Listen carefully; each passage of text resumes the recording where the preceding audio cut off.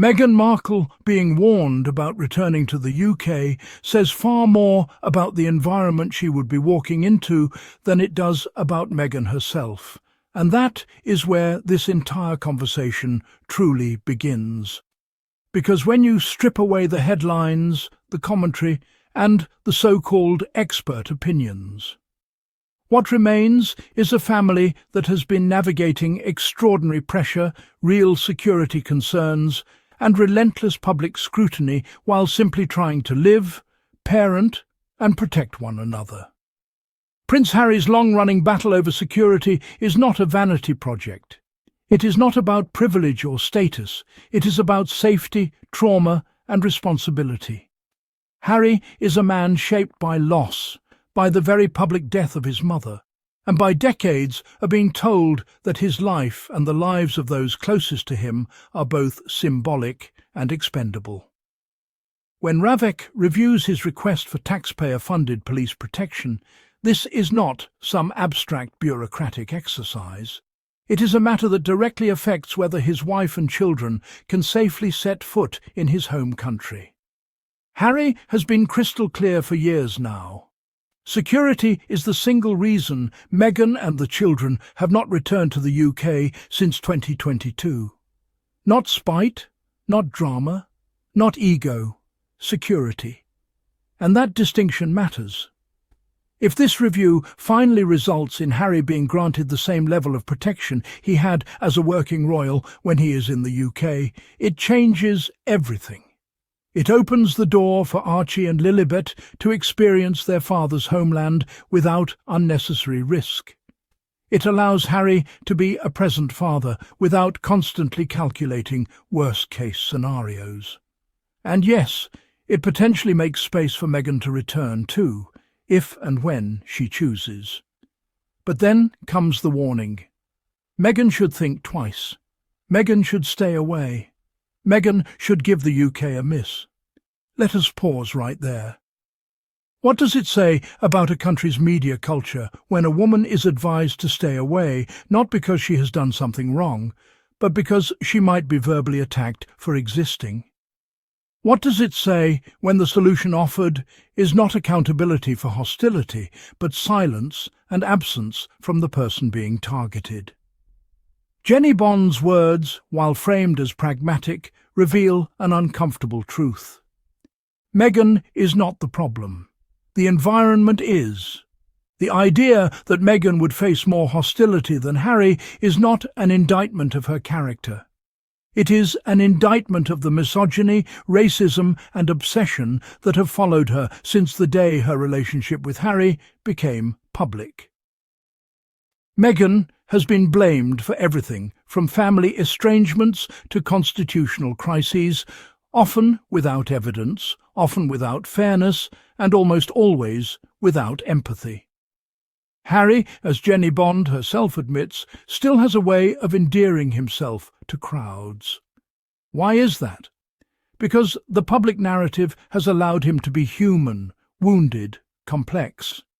Meghan, on the other hand, has been flattened into a symbol, a lightning rod, onto which frustrations and prejudices are projected. And yet, despite this, Meghan has never responded with bitterness. She has never launched counterattacks. She has built a life in California focused on family, philanthropy, and purpose-driven work. She is not hiding. She is thriving. So when people say she is clearly happy at home in California, they are absolutely right. She is free. She is financially independent. She has a husband who openly adores her, who speaks about her with respect and tenderness. She has children she is deeply devoted to, children she is raising away from the toxic fishbowl that nearly destroyed Harry as a child. The real question is not why Meghan would avoid hostility. The real question is why anyone expects her to endure it. Why should Meghan Markle have to brace herself for verbal abuse just to visit the country where her husband was born? Why should her presence need to be carefully curated and monitored when she has done nothing to warrant such treatment? The framing here is important. Meghan is not being warned because she is unsafe in the sense of physical danger. She is being warned because people might shout at her. People might heckle. People might weaponize their voices against her. And instead of asking why that behavior is tolerated, the advice is for Meghan to remove herself. That is not neutrality. That is normalization of hostility. And yet, even within that flawed advice, there is an unspoken acknowledgement of Meghan's strength. The suggestion that Harry could take Archie and Lilibet alone to see their grandfather, to peek inside palace walls, and then return to California sunshine rests on the assumption that Meghan is secure enough, confident enough, and fulfilled enough not to need that validation. Meghan does not need palace walls to feel whole. She does not need public approval to know her worth. She has already built a life on her own terms. But let us not gloss over the deeper emotional layers here. Archie and Lilibet are not just any children. They are the grandchildren of a king. They are part of a historic lineage that has shaped Britain for centuries. To suggest that their mother should stay behind while they explore that heritage is emotionally complicated, no matter how lovingly it is framed. Harry has spoken about wanting his children to know where he comes from. He has also spoken about wanting to protect them from the pain he experienced. Those two desires are not in conflict, but they require conditions that have so far not existed. Adequate security is one of those conditions. If Ravec's decision finally aligns with common sense and compassion, it could mark a turning point. Not a reconciliation narrative, not a return to royal duties, simply a recognition that Harry and his family deserve safety when they are in the UK. And here is where the pro-Meghan and Harry perspective becomes crystal clear. This is not about forcing Meghan back into an environment that has been hostile to her. This is about giving the family choices, real choices, informed choices, safe choices. If Meghan decides to return, it should be because she wants to, not because she feels pressured to prove something. If she decides not to, that is not weakness. That is wisdom. The media loves to frame Meghan's absence as avoidance. In reality, it is boundaries, healthy boundaries. Harry has crossed the Atlantic multiple times on his own because he understands the landscape. He knows when it is manageable and when it is not. He also understands that his wife and children should not be collateral damage in a war they did not start. The fact that Meghan and the children last visited in 2022 is not a sign of estrangement from the UK. It is a sign of caution, a sign of prioritizing mental health, a sign of breaking generational cycles. And let us be honest, the same voices warning Meghan to stay away would be the first to criticize her if she did return and dared to smile, dared to dress well, dared to exist confidently. There is no winning in that arena, which is why stepping back from it has been so powerful.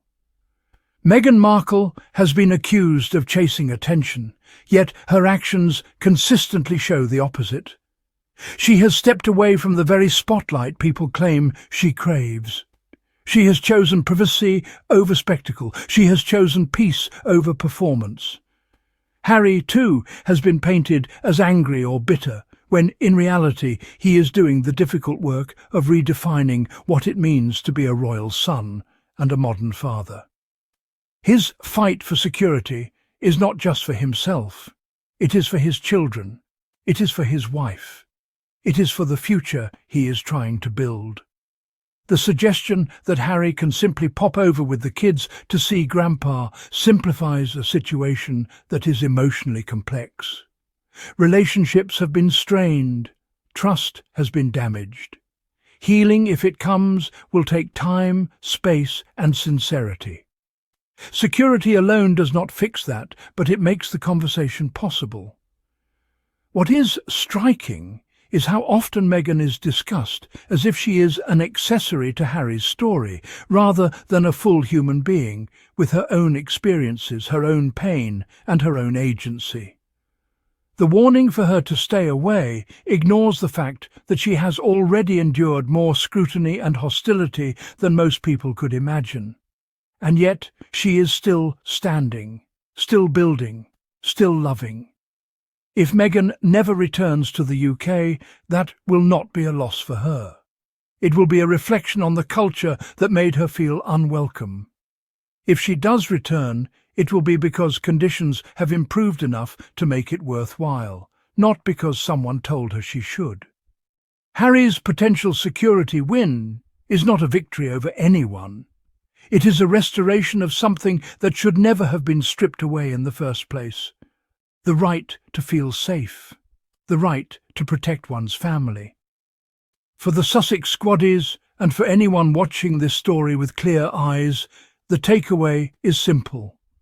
Meghan and Harry are not running away. They are running toward a healthier life. They have already shown that they do not need royal approval to succeed. They do not need UK headlines to remain relevant. They do not need hostility disguised as concern. What they need and what they deserve is respect. And whether Meghan chooses to set foot on UK soil again or not, she has already won the most important battle. She has reclaimed her narrative, her peace, and her future. That is not something any warning can take away.